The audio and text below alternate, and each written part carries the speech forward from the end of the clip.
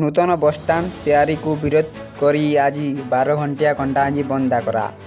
ନୂତନ ବସ୍ଷ୍ଟାଣ୍ଡ ତିଆରିକୁ ବିରୋଧ କରି ଆଜି ନାଗରିକ କମିଟି ଓ ସମଲେଶ୍ୱରୀ ମାର୍କେଟ କମ୍ପ୍ଲେକ୍ସ ପକ୍ଷରୁ କଣ୍ଟାବାଞ୍ଜିକୁ 12 ଘଣ୍ଟିଆ ବନ୍ଦ ଡାକରା ଦିଆଯାଇଛି।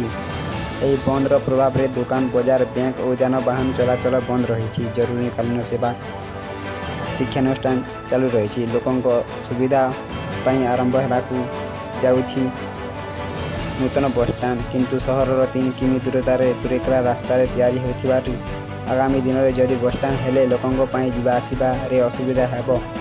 ଏପରିକି ଏବେ ବସ୍ଷ୍ଟାଣ୍ଡ ଥିବା ସ୍ଥାନରେ ପ୍ରାୟ 300 ଦୋକାନୀ ଅଛନ୍ତି। ବସ୍ଷ୍ଟାଣ୍ଡ ଅନ୍ୟ ସ୍ଥାନକୁ ଗଲେ ବ୍ୟବସାୟୀ ନିଜ ଜୀବିକା ହରାଇବେ। ସେଥିପାଇଁ ବର୍ତ୍ତମାନର ବସ୍ଷ୍ଟାଣ୍ଡ ଥିବା ସ୍ଥାନକୁ ପୁନରୁଦ୍ଧାର କରି ଏହି ସ୍ଥାନରେ ନୂତନ ବସ୍ଷ୍ଟାଣ୍ଡ ତିଆରି ପାଇଁ ଦାବି କରିଛନ୍ତି। ଆଗକୁ ଏହି ସମ୍ପର୍କରେ ଲିଖିତ ମାଧ୍ୟମରେ ଜଣାଇଥିଲେ ବି କୌଣସି ପଦକ୍ଷେପ ଗ୍ରହଣ ନ କରିବାରୁ ଆଜି ବାଧ୍ୟ ହୋଇ ନାଗରିକ କମିଟି ଓ ସମଲେଶ୍ୱରୀ ମାର୍କେଟ କମ୍ପ୍ଲେକ୍ସ ପକ୍ଷରୁ ସକାଳ 6ରୁ ସନ୍ଧ୍ୟା 6ଟା ପର୍ଯ୍ୟନ୍ତ 12 ଘଣ୍ଟିଆ ବନ୍ଦ ଡାକରା ଦିଆଯାଇଛି। ସେପଟେ କଣ୍ଟାବାଞ୍ଜି ସହରରେ ବନ୍ଦର ପ୍ରଭାବ ଦେଖିବାକୁ ମିଳିଛି। ବ୍ୟୁରୋ ରିପୋର୍ଟ, ସମସ୍ୟା ନ୍ୟୁଜ୍।